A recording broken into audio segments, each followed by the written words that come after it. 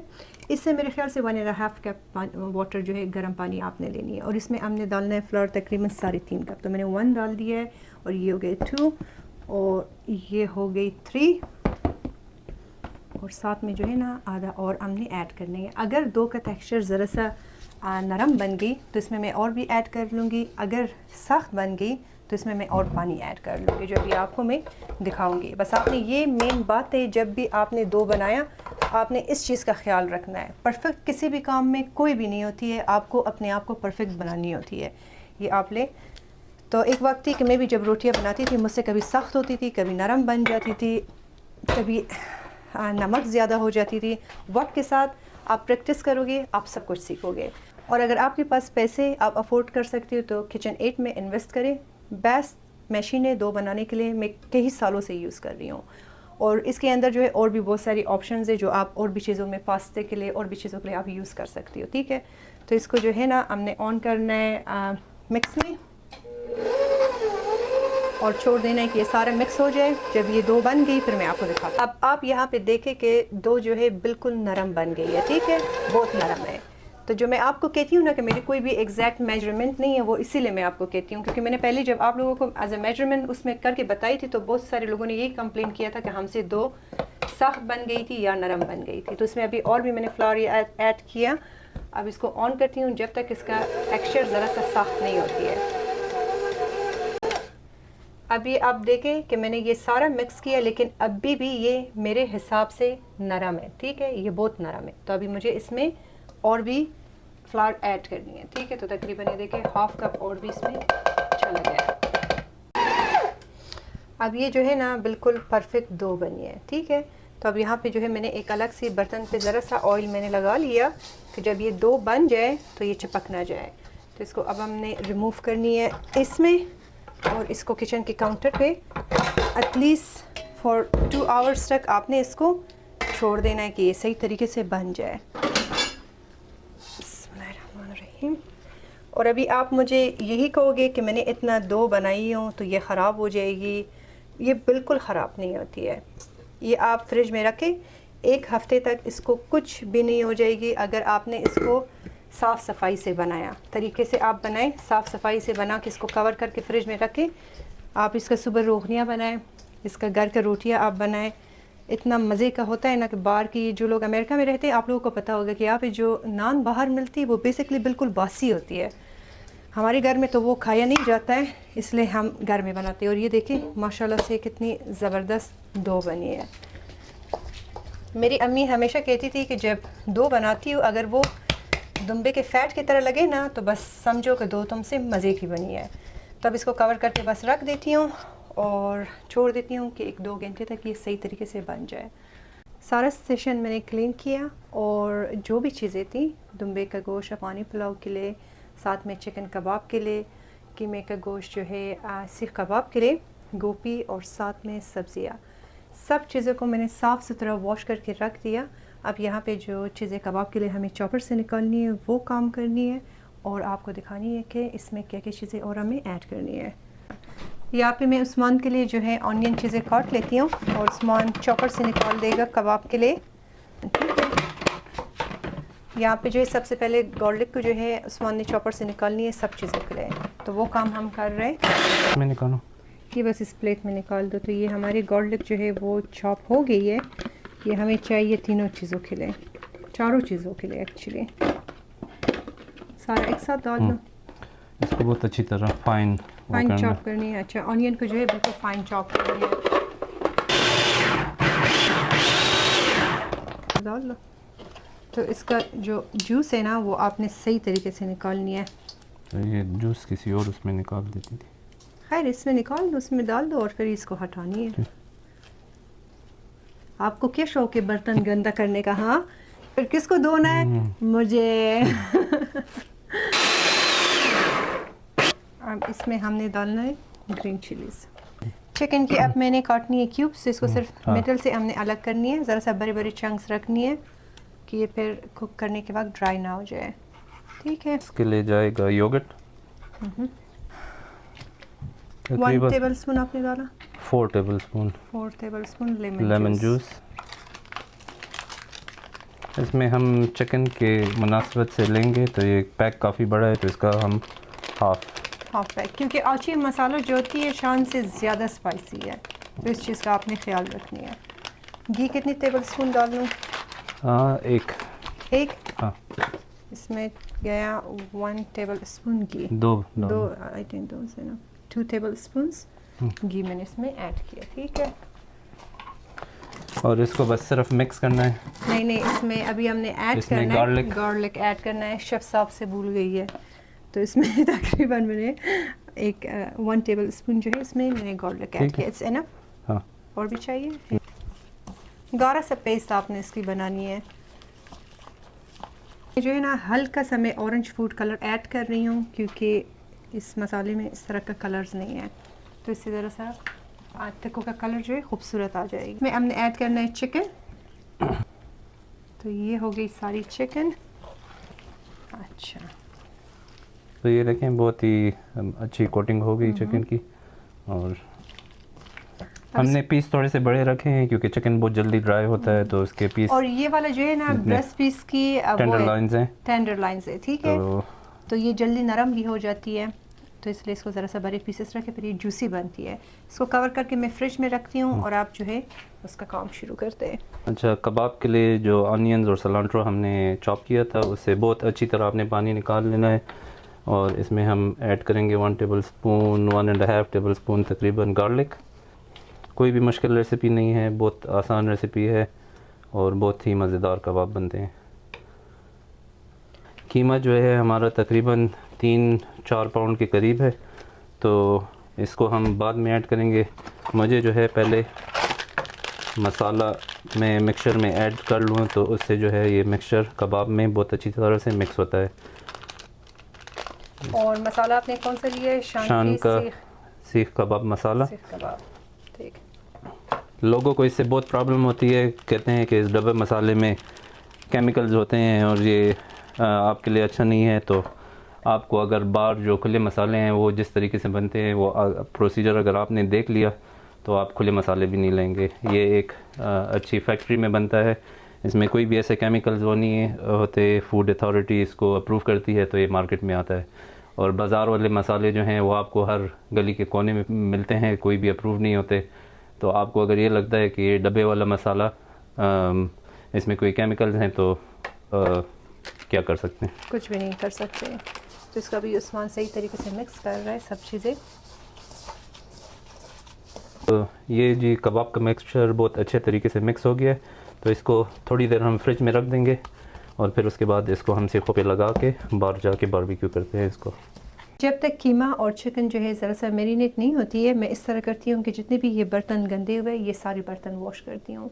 आप लोग हमेशा यही पूछते हो कि ये आप जब कुकिंग कर लेती हो जो बर्तन गंदे होते हैं वो कौन वॉश करता है? सो बिहाइंड सीन यही होता है कि मैं बार बार डिशेस साथ में वॉश करके उसको ड्राई करके मैं संभाल देती हूँ, इसलिए फिर किचन जो है मैसी नहीं होती है। लेकिन मैस बहुत मच जाता है जो आप लोग नहीं देखते हो वीडियोज़ में, वो ये सारे बर्तन बार बार निकल जाता है तो आपको वॉश करनी पड़ती है। जल्दी से ये बर्तन वॉश करके फिर मैं आपको दिखाती हूँ कि मैं किचन को किस तरह रेडी करती हूँ रिकॉर्डिंग के लिए। बर्तन मैंने धो लिया, बस अब ये काउंटर्स चीज़ें ज़रा से साफ़ कर लेती हूँ और फिर जो है इंशाल्लाह कुकिंग स्टार्ट कर लेते हैं। ठीक है, उस्मान बाहर जो है कोयले ऑन कर रहा है और मैं जल्दी से ये चिकन को जो है सीखों में लगा रही हूँ। फिर उस्मान जो है लंबे कबाब का काम कर लेगा। लंबे कबाब मुझसे सही तरह सीखों में कभी भी नहीं लगती है जब भी लगा लेती हूँ तो ख़राब हो जाता है। तो इसको इस तरीके से करके चिकन को मैंने सीखों में लगा लिया। अब उस्मान जो है लंबे कबाब बना रहे हैं। मैंने किसको इस तरह रख लूँ आपके लिए? इस तरह नहीं आता, नहीं आता है।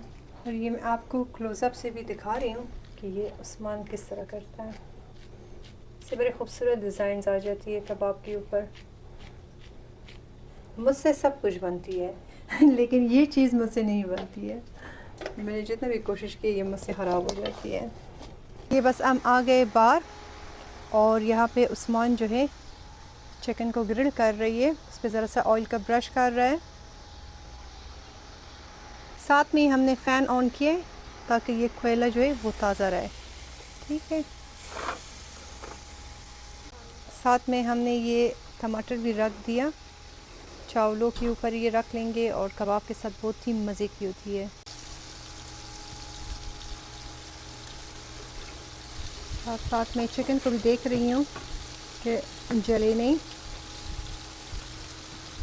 ये आपको बाहर का नज़ारा दिखाऊं, माशाल्लाह से कितनी खूबसूरत लग रही है। चिकन बस बन गई तो इसको हमने निकालना है एक छोटे फॉइल ट्रे पे। ये देखें माशाल्लाह से कि क्या ज़बरदस्त बनी है। और ये देखें कि माशाल्लाह से क्या ज़बरदस्त सीख कबाब इस वक्त बन रही है। इस वक्त यहाँ पे जो खुशबू है ना, हमारे सारे नेबर्स पागल हो जाएंगे। इतनी माशाल्लाह ज़बरदस्त खुशबू आ रही है। और ये आधे कबाब भी बन गई है। ये कबाब जो है बिल्कुल कुक हो गई और दोनों बन गई। अब इन दोनों को ओवन पे दम पे लगाना है। उस्मान कितने टेम्परेचर पे लगाओगी? 250 पे। ठीक है। बाहर का जो कुकिंग का काम था बारबेक्यू वो सारा कंप्लीट हो गई है। अब टाइम है कि शावर लेना है और फिर तैयार होनी है, एक खूबसूरत सा मेकअप करनी है और फिर बाकी जो कुकिंग है वो फिर मैं तैयार होके कर लूँगी। और आज जो ड्रेस मैं पहन रही हूँ वो ये है अफ़गानी ड्रेस और मेरे हस्बैंड भी जो है जो कपड़े पहन रहे हैं वो अफ़गानी है। मेकअप मेरी कंप्लीट हो गई। अब मैं जाके अपने कपड़े चेंज करती हूँ, बाल ज़रा सा बना लेती हूँ और फिर मैं आपको दिखा देती हूँ। और ये हो गई कंप्लीट मेकअप। और ये ज्वेलरी ज़रा और भी हैवी पहनते लेकिन आई थिंक मेरे लिए अभी इतनी काफ़ी है। तो ये मैंने अफ़गानी जो थीका होता है वो मैंने पहन लिया है। साथ में ये रिंग्स और नेकलेस के लिए मैंने कुछ पहना नहीं और हल्की सी झुमके पहना है। ठीक है। अफ़गानी बनाने के लिए जैसे मैंने आप लोगों को कहा था कि अफ़गानी पुलाव डिफरेंट तरीके से बनती है, आज जो है मैं डिफरेंट बना रही हूँ। ठीक है। इसमें मैं डाल रही हूँ प्याज और ये सारे गरम मसाले, जो खड़े मसाले, होममेड गरम मसाला, क्यूमिन सीड्स, ब्लैक पेपर, साथ में जो है ये मैं कोरिएंडर ज़रा से क्रश करके वो भी डाल रही हूँ और एक बड़ा इलायची, नमक आपके टेस्ट के मुताबिक। और यहाँ पे हम यूज़ कर रहे हैं दुम्बे का गोश्त। तो यहाँ पे मैंने लिक लिया है जो दुम्बे का है वो लिया है और साथ में जो है कुटा हुआ मेरे पास गार्लिक है। ठीक है। तो अभी सब कुछ प्रेशर कुकर में डाल के और उसके ऊपर मैं पानी ऐड करूँगी और इसको छोड़ दूँगी कि ये नरम हो जाए। अब इसमें मैं ऐड कर रही हूँ ऑनियन। ठीक है। बिल्कुल सिंपल है लेकिन बहुत ही मज़े की बनती है। गार्लिक, सारे स्पाइसेस इसमें मैं ऐड कर रही हूँ। अब इसके ऊपर जो है ये सारा मैंने गोश्त ऐड किया। अब इसमें हमने इतना पानी ऐड करना है कि ये सारा गोश्त जो है इसमें कवर हो जाए।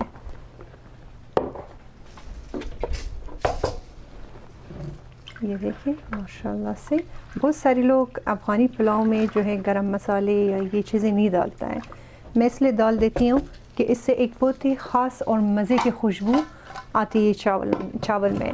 और जितने भी लोगों को मैंने अभी तक खिलाई हूँ उन्होंने हमेशा अफ़गानी पुलाव का जो रेसिपी है मुझसे पूछा भी है और तारीफ़ भी किया है। तो आप इस तरह ट्राई करके फिर मुझे आप बताएं। प्रेशर कुकर मुझे चेंज करना पड़ा क्योंकि उसका जो सीटी था वो मुझे नहीं मिल रही थी। तो हमने अभी इसको प्रेशर देना है एटलीस्ट फॉर 25 मिनट्स तक। पानी उबल गई है। अब हमने उबालना है चावलों को।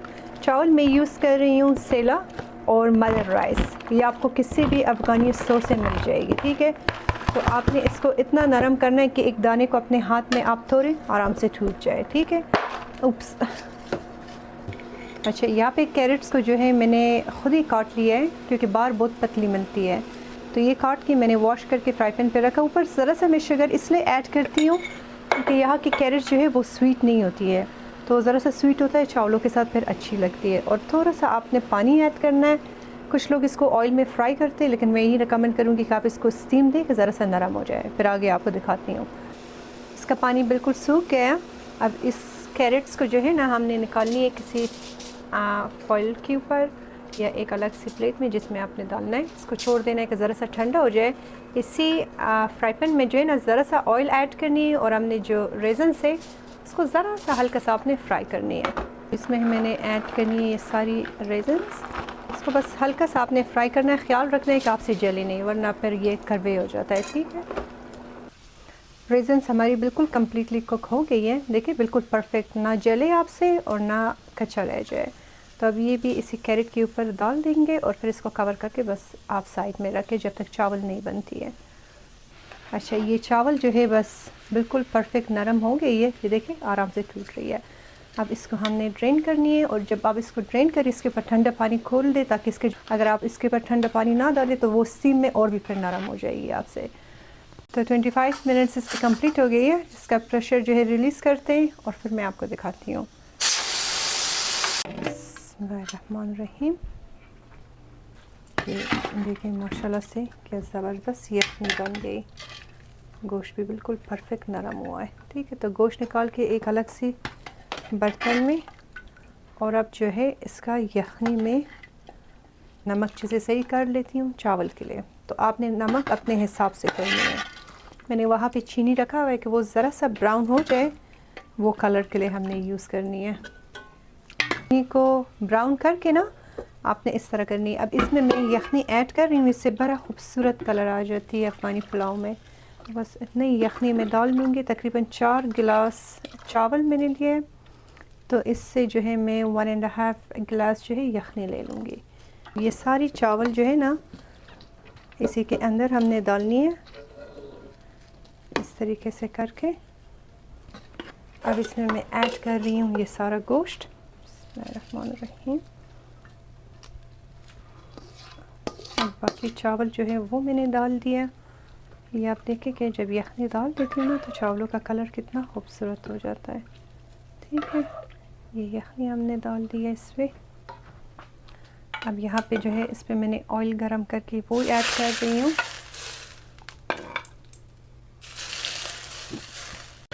जो रेज़न्स और कैरेट हमने किया था वो मैंने ऐड कर दिया, और आखिर में ऊपर ज़रा सा कुटा हुआ ज़ीरा, इससे बड़ी मज़े की खुशबू आएगी। चीज़ आपने नहीं भूलनी है कि आपने इसमें किसी भी चम्मच के साथ, चमचे के साथ होल्स बनानी है ताकि इसका पानी जल्दी से ड्राई हो जाए और इसके अंदर से स्टीम निकल जाए। ठीक है, अच्छा, इसका जो यखनी है वो बिल्कुल ड्राई हो गई है।